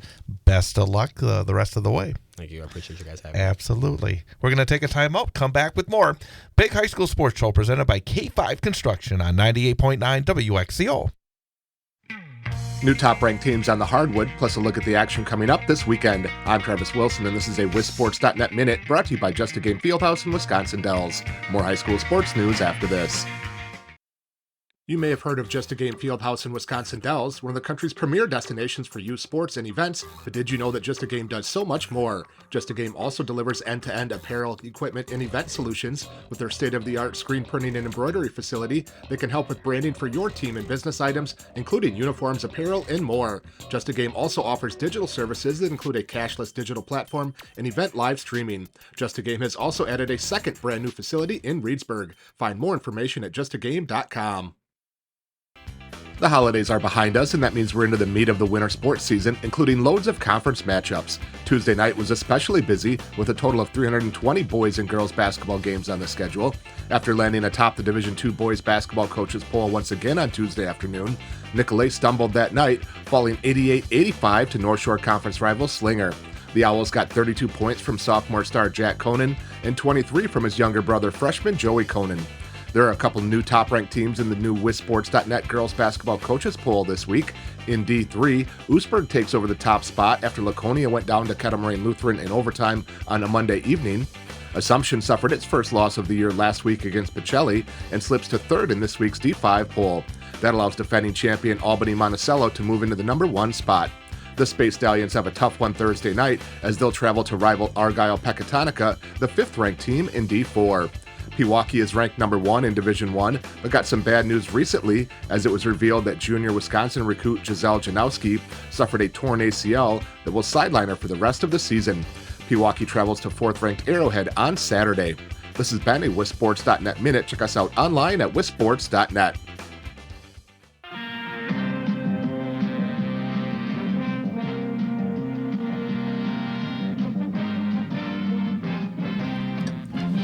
And welcome back. Big High School Sports Show presented by K5 Construction on 98.9 WXCO. Online at WXCO.FM, mobile devices, and Alexa by searching WXCO, and on the Civic Media app. And again, you can also listen as a podcast. You can go to civicmedia.us. Click on the shows page, and then you'll see all the shows on Civic Media. Find the Big High School Sports Show and be able to listen to previous broadcasts.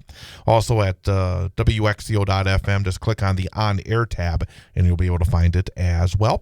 And you can also subscribe to Spotify, Google, and Apple Podcasts as well. So just search out Big High School Sports Show, subscribe, and you'll never miss a moment. And thanks again to both of our guests, DC Everest hockey coach Dan Van Slyke, and then just a few moments ago, Jaden Garrett from Wausau East, and we were just talking off the air, and I'm gonna bring it up. I mean, the idea that there are challenges. I mean, we talked to the coach of the Evergreens, Dan Van Slyke, about coaching his kids, and you obviously you're in it right now. There are challenges as well as all the wonderful aspects to it as well.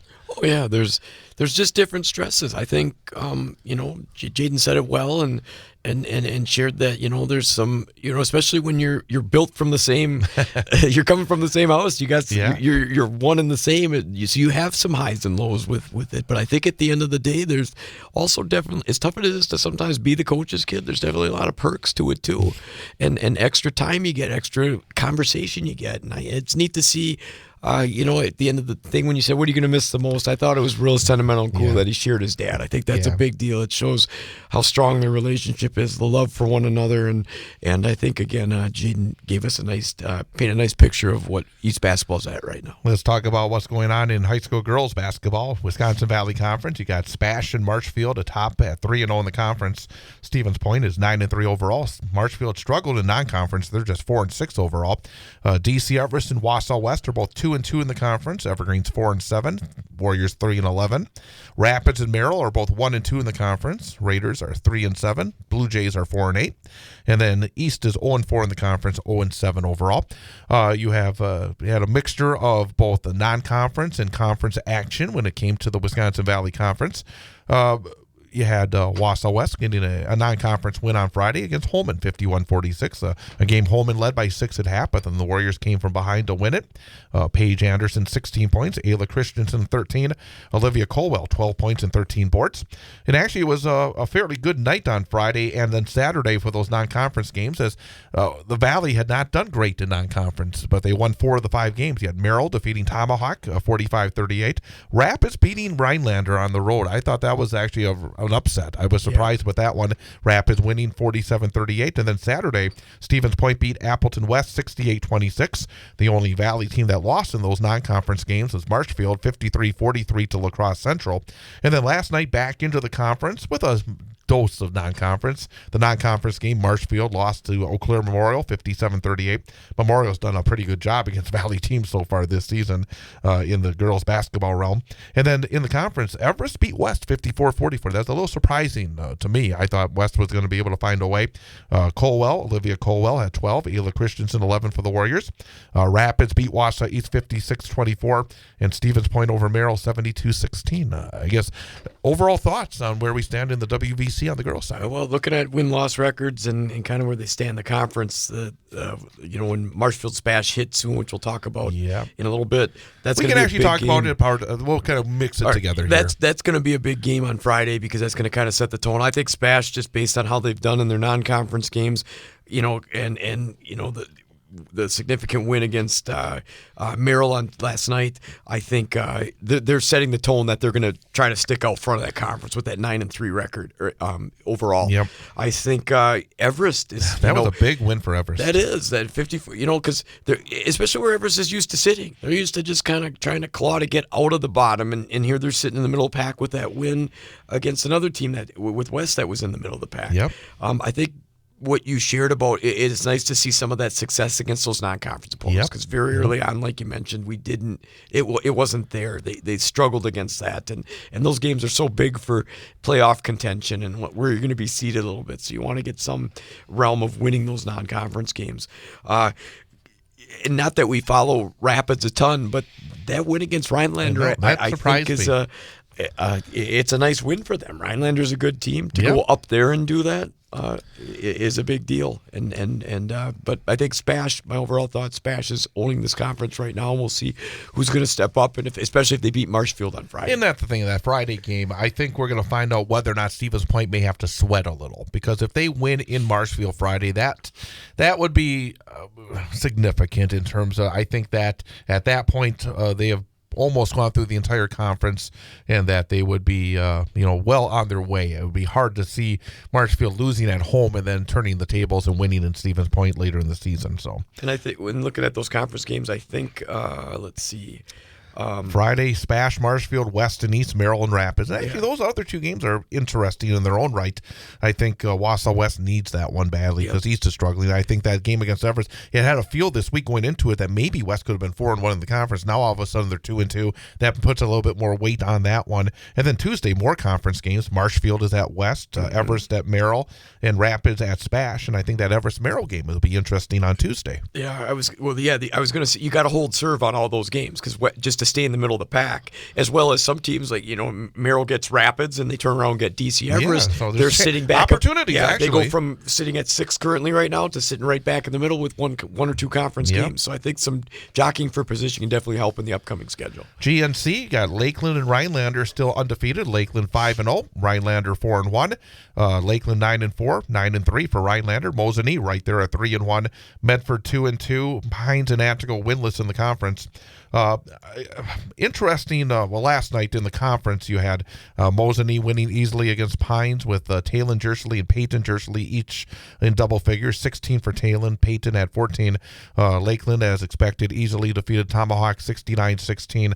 Medford over Antigo 68-27, and Rhinelander bounced back from their loss to Wisconsin Rapids, beating 3 Lakes Phelps 64-37. Saturday, as we've seen during the course of the year, Lakeland stepped out of conference and played a good West De Pere team, first place in the Bay Conference, a Division II team as well.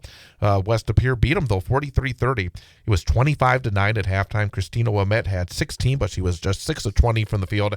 And the other players that you expect to be at or near double figures, 6 and 3 points respectively. It's been a bit of a struggle for Lakeland in non-conference this season, and even that conference game against Mosinee, and you can look at it two ways. It could be, well, they're not playing maybe as well as we expected, but it also could mean they're not peaking too early because they are an experienced team, and sometimes those experienced teams will start the season off looking so good, and they'll never get better. And sometimes maybe a little adversity could be good for them. So I guess time will tell. Look at the half glass full aspect of it. But generally, I've been a little surprised they've had as much trouble in their non-conference as they've had. Yeah, and looking across the board, I mean, not only Lakeland, I mean, a couple of these teams, Rhinelander lost to Rapids, like we just mentioned, Mosinee lost to Wittenberg. Right. So some struggles outside the conference, even though those three teams have very good conference records, with Mosinee's only blemish being against Lakeland in their conference schedule. So, yeah, I guess I'm still waiting to kind of see where exactly Lakeland stand. You know they're a good basketball team. Yeah. They've got athletic players. Yeah. Ouimet can control a game with her scoring.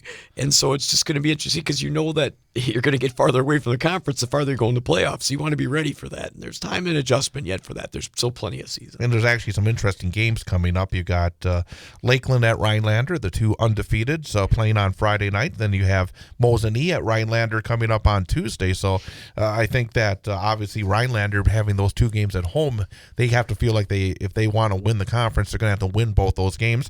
But if, say, Mosinee wins in Rhinelander on Tuesday night, that will give them a great opportunity to put themselves right back in the mix as well. Especially if Rhinelander beats Lakeland. Exactly. You got a nice little tie-up at the top on that stuff. So I think some significant games coming up in the next two conference scheduled times. The the Merriwood South girls, Assumption, now the only undefeated. They defeated Stratford on the road last night, 55-45. So Assumption 6-0, Stratford 6-1, Assumption 9-1, Stratford 9-3. Auburndale and Marathon, they played last night with Auburndale beating Marathon 42-33. Both Auburndale and Marathon are now 4-2 in the conference and 8-2 overall. Edgar 1-5 in the conference, Newman 1-6. Edgar last night defeated Newman 51-32. So those were interesting games in the conference last night. They had some interesting non-conference games. You had Auburndale beat Bonduelle 35-27 Thursday, but then on Friday, Bonduelle came back and defeated Stratford 57-52. And that's interesting because you talk about these comparison games, but we saw Stratford beat Auburndale by, I think, 20 points just a few weeks ago. So obviously that was significant. And then, of course, you had Pacelli beat Assumption in a battle of two of the best teams in Division 5 in Wisconsin Rapids on Friday, 59-54. And again, I mean, interesting mix of both conference big games and also non-conference big games in the Merriwood South. Yeah, for Assumption, with the Stratford win by 10 is significant. Holds their spot up at the number one spot, which it's the fact that they went over and did it at Stratford. So it's a nice win on the road there for the Assumption Royals. Auburndale Marathon battling right in the middle there at 4-2. It evens things out a little bit with that Auburndale win. Edgar Newman kind of trying to advance their spot out of the bottom of the conference so Edgar does that with that win. And I think I always find it interesting. Like you said, we look for some comparison, and with what Bonduelle did, winning one game and losing another kind of throws that out the door. It doesn't give you that comparison. So right now, I think Assumption has a foothold on there. It's going to be tough for a couple of these teams to creep up on them, but between Stratford, Auburndale, Marathon, I think there's going to be a battle in the middle for that next place. And then Merriwood North girls, Phillips and Prentice 5-2 in the conference, Rib Lake 4-3. Abbotsford 2-5, Athens 1-5, Shawamigan 0-6. Phillips continues to put up points. They beat Abbey 65-39. Matea Eckert 25 for Phillips on Thursday night. We had Phillips then beating Wabeno Leona Friday in a non-conference game 51-43. Eckert again 23 points. And then you had Phillips beating Rib Lake in a significant game last night, 61-44. So, and then Prentice kept serve with a win over Athens last night in conference, 47-39, and that came off a non-conference win against Winter on Friday, 62-44. So Phillips and Prentice both impressive over the week, and obviously that Rib Lake loss to Phillips was one that hurts them in the conference race. Right, definitely. I mean, both sitting at 5-2, kind of in a good spot. Seeing how some of those games kind of play out as they go up between those top two teams. I can see Phillips kind of just old habit, been there, done that. I can see them stretching out that lead and taking man of the conference. But right now it's pretty tight. And then you have the CWC East, and it's still a great battle at the top between Bondwell and Wittenberg-Burnhamwood. Bondwell 5-0 in the conference, 9-3 overall. Whitburn 4-0 in the conference, 10-0 overall. Then Manawa, Amherst, Wyowega, Fremont all 2-2. Shiocton 2-3. Menominee Nation 1-4. Iola Scandinavia 0-5. You touched on the game between Whitburn and Mosinee. It was a 64-49 win for Whitburn 2 nights ago on Monday. Rory Salveson had 19 points. Massive game for Milena Granquist, 17 points, 19 rebounds. Harper Rogowski, 15 for the Chargers. Peyton Jersley, 20 for Mosinee. But Whitburn continues to, we talked about them last year, and they were very impressive, but they've taken it to another level this year because not only are they winning, but against a pretty good Mosinee team to win by 16, I thought was a great statement for them going into a massive game against Bondwell coming up. Oh, definitely. They're 10-0, 4-0 overall in the conference. They continue to get production every time you read the stats from Granquist and Salveson, and then there's always another girl thrown in the mix. So it's tough to guard when you have three double-digit scores like that, especially two that can just fill it up and seem to go back and forth. And you listed the one guy, 70 points, 19 rebounds. I mean, 19 rebounds, that's a lot of rebounds. I mean, especially in the girls' game, because that shows a real aggression that you love to see. You're going to the boards, hitting it. How many second chance points? We don't have the calculation. How many second chance points that gave her team? So that's good basketball, finding the nose for the ball like that. But I think Wittenberg's going to be tough. We'll see. Tuesday's going to be that battle against Bondwell, and that'll set the tone at Wittenberg. So you'd think for the Chargers, you got to win that game. Definitely. Yep. Always got to get the one at home or either one. One at home or the first one you want to go get. And then in the CWC North, you got Gresham 2-0, Marion Tigerton 1-1, Boulder 0-1, Northland 0-1. Again, that odd 4-team conference. Northland 3-5 overall. They had fallen to Wild Rose 83-48 on Friday, and then they beat Elko 51-24 on Monday. Real quickly, because we get to the boys' games coming up, I wanted to touch on where we stand in hockey, because in the Wisconsin Valley Conference, you got Stevens Point at 4-0. Panthers, number one ranked team in the state, 13-0 overall. Wausau West, one game back at 3-1. They're 8-4 overall. DC Everest 3-2 in the conference, 10-5 overall. Wisconsin Rapids 2-2 in the league, 4-8 overall. East Merrill United 1-4 in the conference, 5-9 overall. Marshfield 0-4 in the conference, 6-9 overall. Shout out to EMU. Big win on the road for them in the conference. They have not won many conference games on the road recently. And last night, East Merrill beat Marshfield 3-1. Zach Poggle had 2 goals in that game for the Blue Jacks. Chase Klebanow had 17 saves in that game. Stevens Point's just been dominant. They beat Rapids last night 8-1, 51-15 edge and shots for Stevens Point.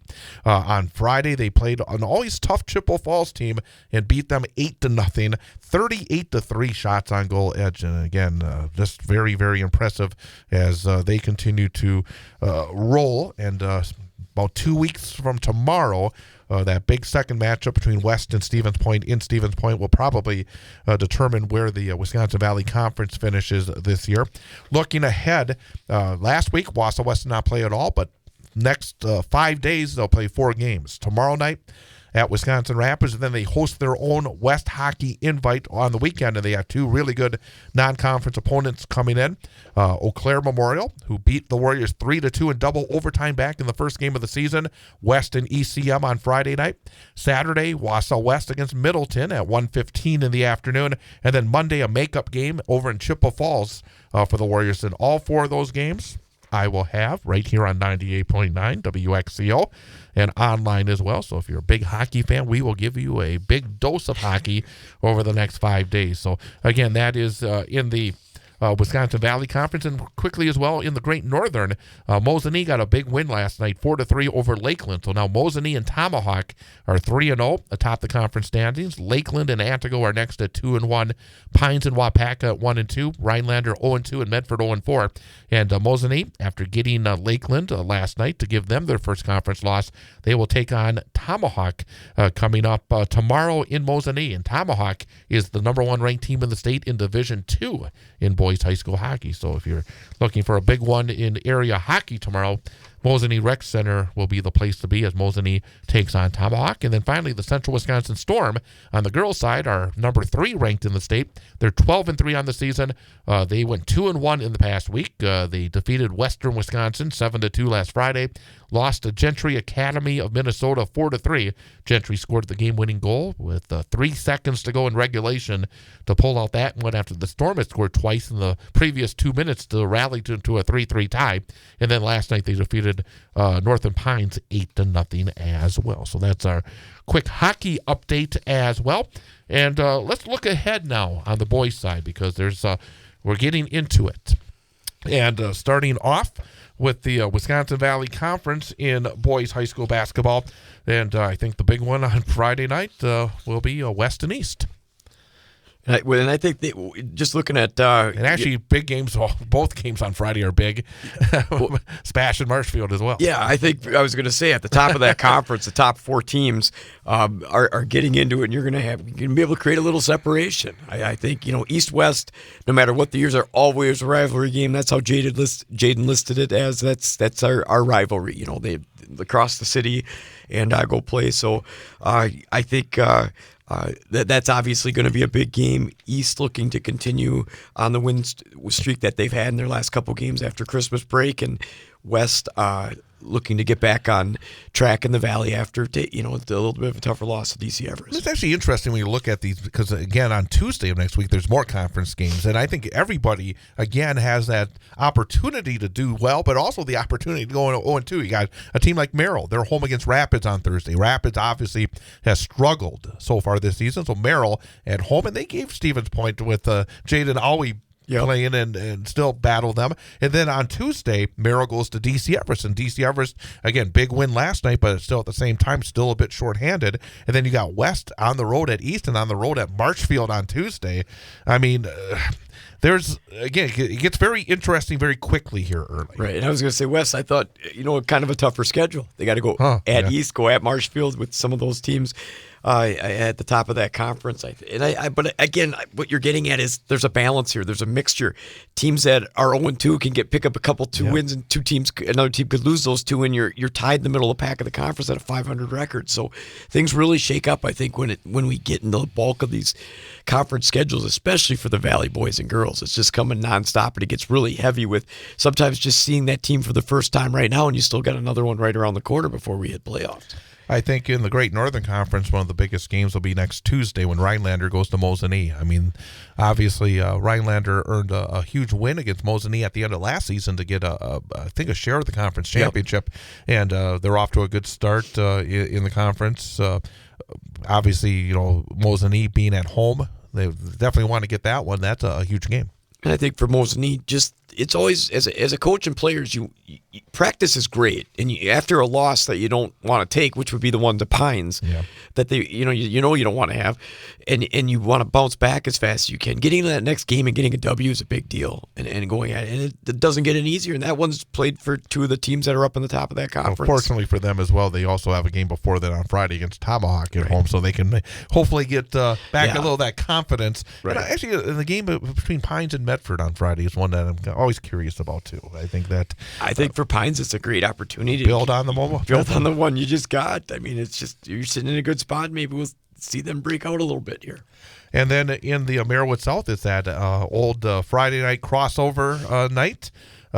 Plus a game on Thursday, but a lot of crossovers on Thursday and Friday, and then back into the league on Tuesday with a big one with the Auburndale Marathon, obviously a huge game. Assumption and Stratford has the potential being very intriguing as well, but what do you see with the Merriwood South?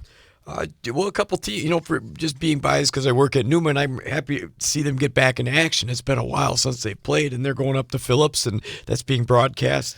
Yeah, on our Civic Media sister station. I got to see which one of it is. Trying to send Chad in with the Pro Bowl. Hey. I should have it on me. But okay. We'll get it posted. Tell me when you're ready. Okay.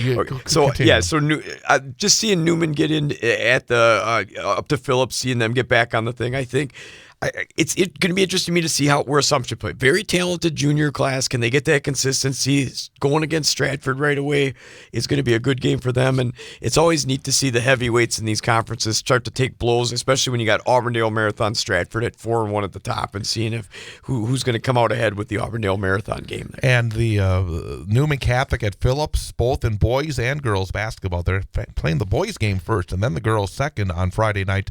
Both those games will be heard on our Civic Media sister station, WCQM. And that game can also, if you have not downloaded the Civic Media app yet, you should do so, because then real simple, you can listen on the app, but you can also go to their website at WCQM as well to listen to Newman Catholic at Phillips in both boys and girls basketball on Friday. And again, I'll get you the links and all that information if you can follow me on social media as well. CWC East, in terms of the boys, I mean, you can mention, is there anybody in the north that you think bigger games in those crossovers as well? Well, I think Assumption going into Rib Lake, you want to keep pace to make that Stratford game worth something. So you got to go up there and try to get that win. Not an easy place to do that at, especially Rib Lake's also sitting at 4-1 in the conference for the Merriwood Boys North, and it'll be interesting to see where they come out. They just took the hit to Prentice, who's hanging right behind them in the conference. I think so will that build any confidence when Marathon has to roll into Prentice on Friday also for Prentice to take that win against one of the tougher teams in the North? So we'll kind of see where those two teams are at. I think I'll interested to see what the Stratford-Abbotsford score is, because I've seen Abbey play. Them and Stratford are kind of a contrasting style. Yeah. Stratford, disciplined, slow it down, kind of methodical in the way they roll on their offensive defensive end, and Abbotsford just likes to open it up and get into the open gym atmosphere and move the ball up and down the court. So I think that'll be an interesting one too. And what do you think is going to win, Auburndale or Marathon? I really enjoy my conversation with both those coaches, so I'm going to deviate to the easy side and wish them both the best of luck. But I think it's probably the first of 3 meetings. So yeah, that's the difficult part. I was talking to Coach Jacobson the other night. Is like you have to face Stratford and Auburndale all the time. I mean, that playoff bracket is just such a hard one, because then because there's nothing you can hide from these other teams and great coaches, as you said. Yeah, and so it comes down to who executes better on that given day, which players or team doesn't succumb to too much pressure, and if you go cold on your shots or miscues, who's healthiest at that point. All those little factors, by seeing a team a third time, can become really big things in that individual game. And then the CWC East, after their loss against Bondwell, Wittenberg-Burnham has another significant game on Friday. They host Iola Scandinavia. I mean, so again, you have a tough one early in the week, and then you have a tough one to wrap up the week. Yeah, and I think that the true competitors come out in those games. I mean, you gotta hold your place until you get back. If it's going to be a meaningful finish to that conference, you really got to fight to hold your place. So Wittenberg, you got to go get Iola on that night. Absolutely. So anything we missed in terms of the games that you want to make sure we mention? Tough question, man. That was a fast. I know. That was a fast-moving segment. I know. I guess I'm just looking to see, and not to take anything away from the girls' side, because there's a lot of great games over there, but just. The national news cycle never stops, but it can be hard to find news about your local community. Civic Media is dedicated to providing quality local and state news coverage across Wisconsin. With the Civic Media app, you can get notifications about local stories that matter to you and your community. Find the free Civic Media app in your phone's app store and choose notifications from the menu to tell us what kind of news you want to hear about.